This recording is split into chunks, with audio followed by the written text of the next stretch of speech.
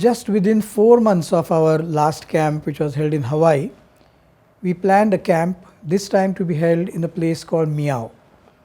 Miao is a small town which is quite close to Myanmar border and situated in Changlang district of Arunachal Pradesh. Because of our repeated travel through the same airports over the last 5 or 6 years, by this time the security officers of the airport had started recognizing us. After our luggage used to pass through those X-ray channels, the officers used to come behind us and many a times take advice regarding the health of themselves or their relatives. That was quite a heartwarming thing. Usually going to any place in Arunachal Pradesh was a very tedious journey, but Tinsukia to Miao was an extremely smooth ride. Development is going on in Arunachal Pradesh, and this smooth ride was a proof of how rapidly roads are being made in Arunachal Pradesh. I had mentioned that life is not always a bed of roses, but at the same time, every journey is not full of thorns. So we started from Tinsukia, and before we reached Miao, on the way there was a small kiosk where a lady prepared very, very delicious tea for us.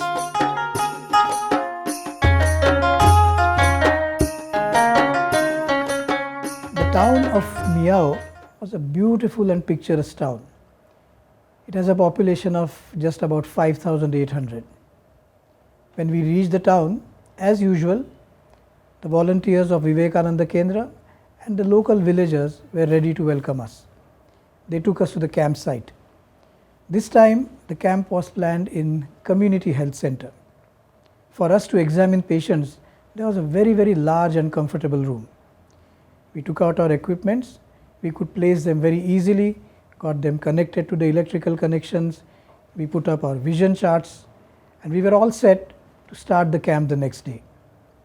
Then we were taken to the place of our stay. Even this was very good. We stayed in a lodge which had a very large room for us. The compound of that lodge was huge and it had a very tiny but beautiful dining room.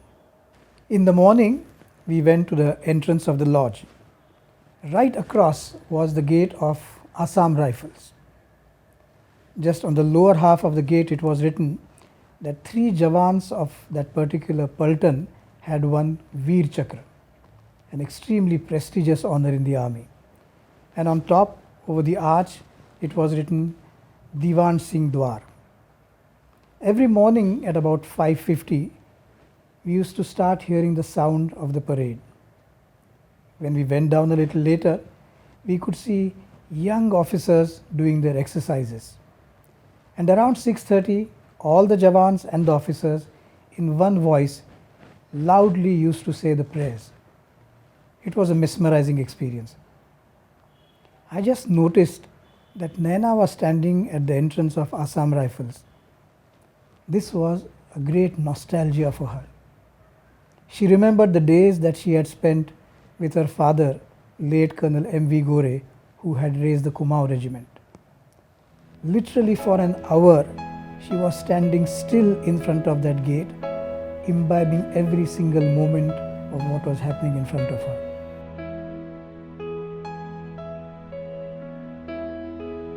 The kind of patients, the pattern of patients which we saw in Miao was very much different from the patients in most of the other camps. Almost 90% of the patients could spell out their name in English, which was quite unique. For a moment, me and Naina thought, have we made a mistake to come to this place looking at these patients? But we were convinced quite soon that we had not done a mistake. Many of these patients had been examined previously, they had shown their eyes in some district hospitals, but the diagnosis of many of them was not done accurately.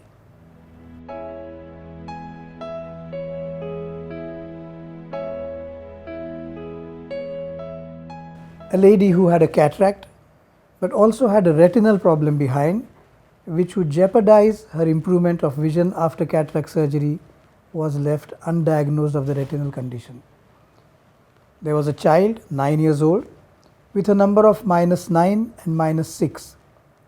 I could discuss with his father what can be done to take some measures in the form of some eye drops like dilute atropine drops, which can to some extent slow down the progression of his minus number. Or these days there are some special glasses called peripheral defocus glasses, which he could obtain from a nearby city that would also help in slowing down the progression of his myopia.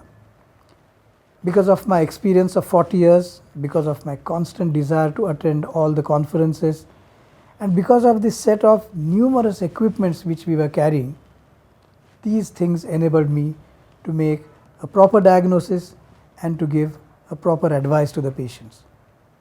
We realized that it's not necessary that we have to go and see only poor patients. Even those who are not very poor, they also deserve good medical care, and medical care and eye care should reach poor and not so poor patients alike. In that large examination room where we were seeing patients, I noticed that a TV reporter was sitting for a long time. He had attended many eye camps before. When we had a little break in between the patients, he approached me.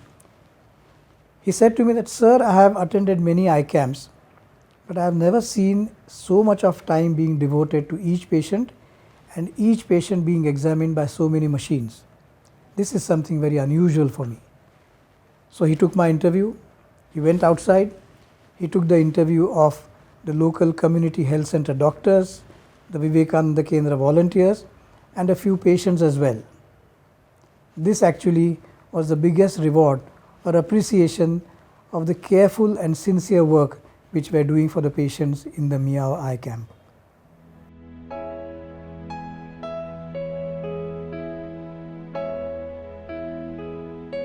In our routine to examine patients throughout the day, somewhere around 1:32 in the afternoon, we used to take a 15-minute lunch break. One day, a lady came and she had prepared the whole food at her home. There's a river called Nodehing on the outskirts of Miao, and she used to live on the other side of the bank. In a very small boat, one had to travel from one side to the other bank. So she got all her food in that small boat and came to the campsite to serve us food at 1:30 in the afternoon. Once the camp was over and the next day when we were on our return journey, a gentleman called Phupla Singh Po, he invited us to his beautiful jungle camp and offered us a very, very well cooked breakfast.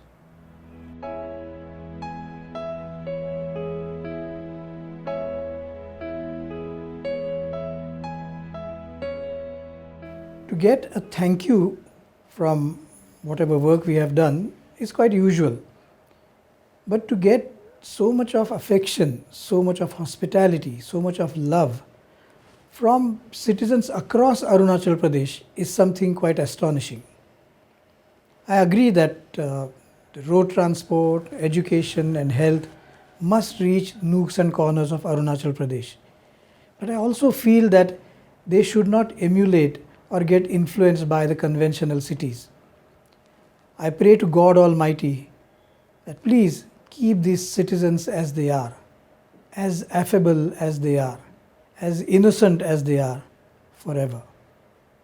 Last month, for his work in retinal diseases for over 4 decades, Dr. Udayan Dikshit was awarded the Lifetime Achievement Award by National Institute of Ophthalmology. The award was given at the hands of renowned cricketer and former Indian captain Mr. Dilip Vengsarkar. In the dusk of his professional career, Dr. Dikshit had achieved all the glory and prosperity. But he still did not have a sense of fulfillment. At this juncture in his life, the chapter of Arunachal Pradesh was opened. Dr. Udayan and Naina Dikshit have the determination to continue the eye care services for Arunachal Pradesh relentlessly during the remaining part of their life's journey.